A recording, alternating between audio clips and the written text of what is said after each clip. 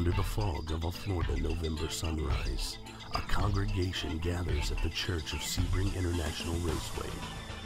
There will be no World Championship today, no $1 million sponsorship signed in blood. These teams gather for the pureness of the race.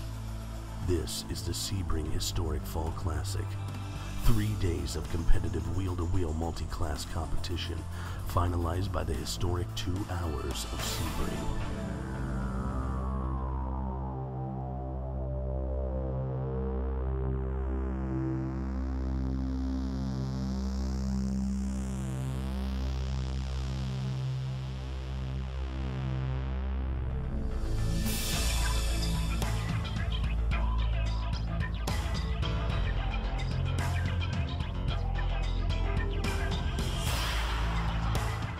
With the experience of the decades behind them, one team stands alone: Robinson Racing. These warriors of the asphalt stand in their trench, armed with a Riley Scott Mark IIIC and battle scars of experience. They step forward to face the adversary, to stand atop the podium of history, look down and say, "Man, what a great time we had getting here."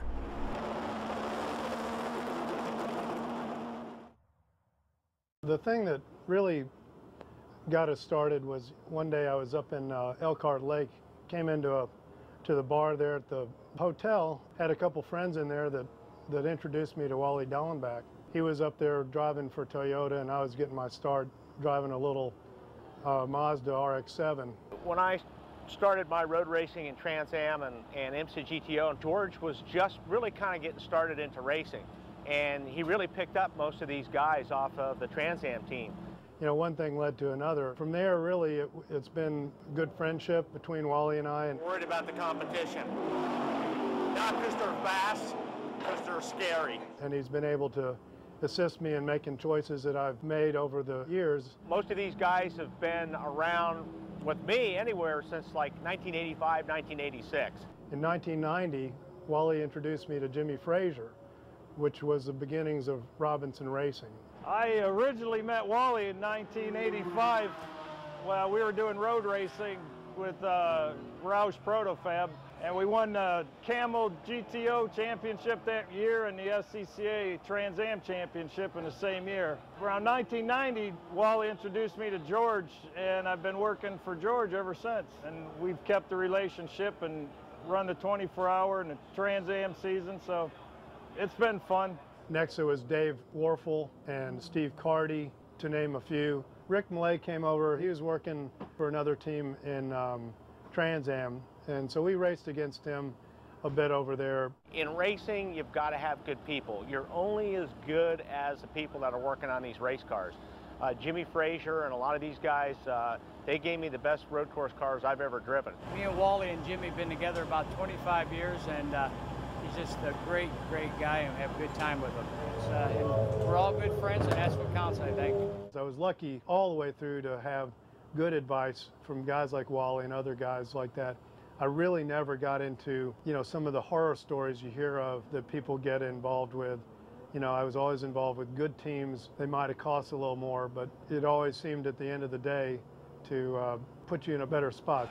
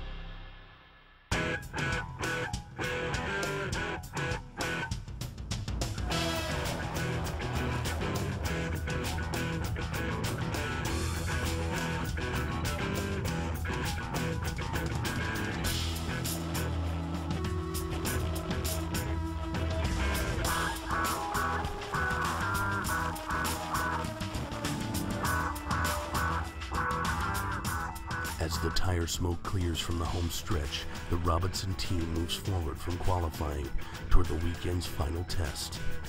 The closing race of the season, the historic 2 hours of Sebring. Jimmy Frazier is a crew chief, has been a crew chief for me since he's been on here.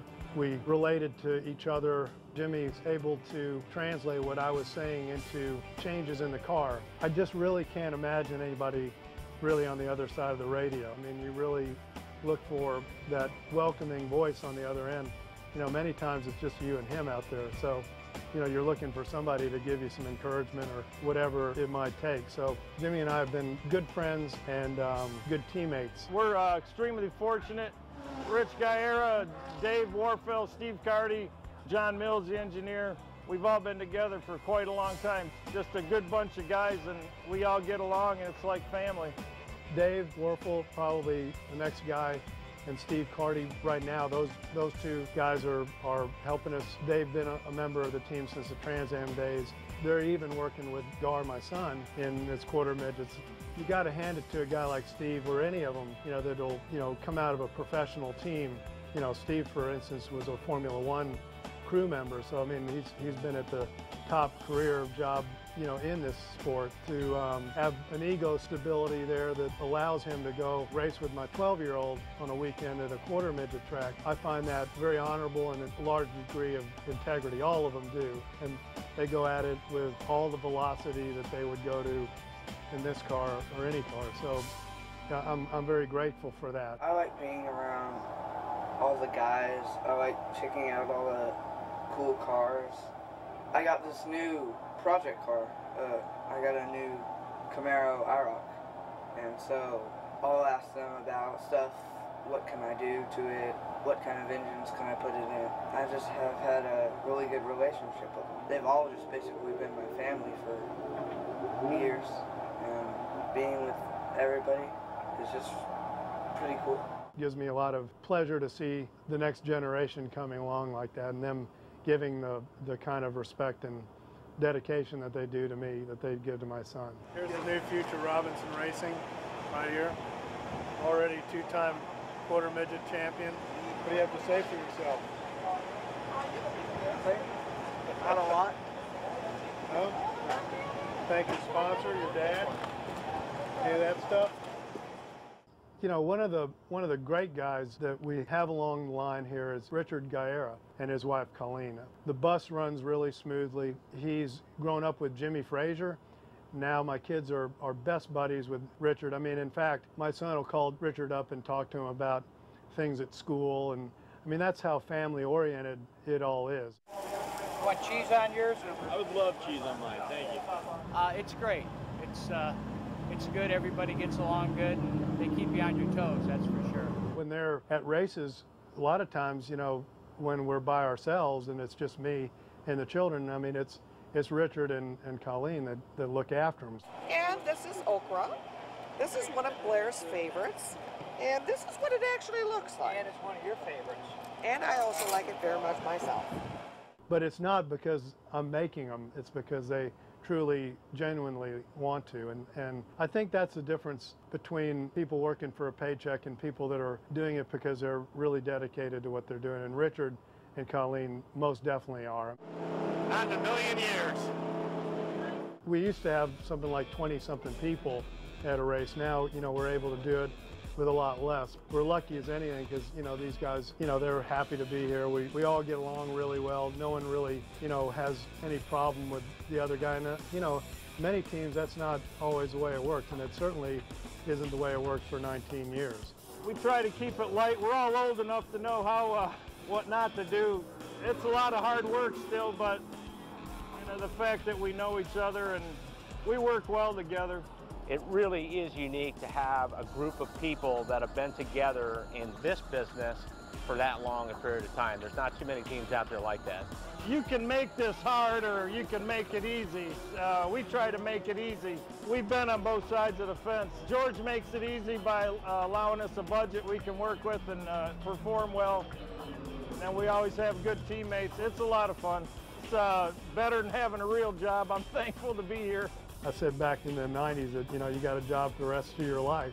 you take care of people that take care of you, you know, it just makes things a lot better for everyone. The great thing about this type of racing that I get to do with George once in a while is that we get to bring everybody. I've got my whole family here. George has got his kids here. So the atmosphere is perfect for that. We can go out and drive this rocket ship, and it's one of the coolest cars I've ever driven. Very, very fast, very physical. Here in HSR, this is fun. I mean, this is just pure fun. There's nothing serious about it, although we take it seriously because we're competitive, every single one of us here. But it's given us a chance to drive a car that I'm thrilled to drive. The way they've got these races set up and the weekend set up is, you know, you race an hour here and then you've got 3 or 4 hours off before you have another practice session or a qualifying session.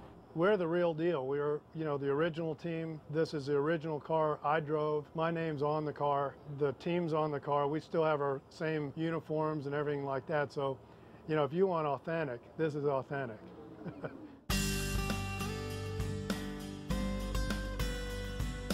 The biggest difference between this type of racing than what I've done in the past, or still do on occasion, is when you drive professionally, you're under a lot of pressure, and you know you're wound up, you're tense, you're thinking about the race car, you're thinking about how to make the car better, you're thinking about keeping your sponsors. There's all these things you're thinking about. In this deal, you don't think about any of that. At the end of the day, it's kicked back. None of the cutthroat stuff that you were doing in the professional stuff. And it's just a wonderful way to spend the end of our careers, or just this stage of our careers, because it's all really I want to do at this point. And then hopefully, you know, watch my kid, you know, start developing into something that he can, you know, later do. It's a lot easier to have your family around when you're not all stressed out about your job. This is a deal where we come, and if we win, great, that's what we're here to do. But if we finish last, you know what? We're not going to lose our jobs over it because we had a bad race this weekend. So it's a lot more easier and a relaxed atmosphere to have your family around because you're not wound so tight. I think the best word to describe it is comfortable, and being around people that you know, that you've known for a long time. You know, everybody gets along and jokes around and has a good time, and it's just real comfortable, and it's nice that the kids all get along and enjoy it. What are you now, like 8 now or something? 14. No, you're not, are you? You 14? You must be having a birthday every 6 months. How many races do you think you guys have been to? I'd say 9. I think more than her, but I don't really know. How long have you guys been coming to races? Well, since I was about 2, my parents took me. 4. How old are you now? 11. 11 minus 4, 7? 7 years? Yeah. Do you like coming to races? Yeah. Yeah. Why? What's the best part? The dog, princess, and watching our dads race.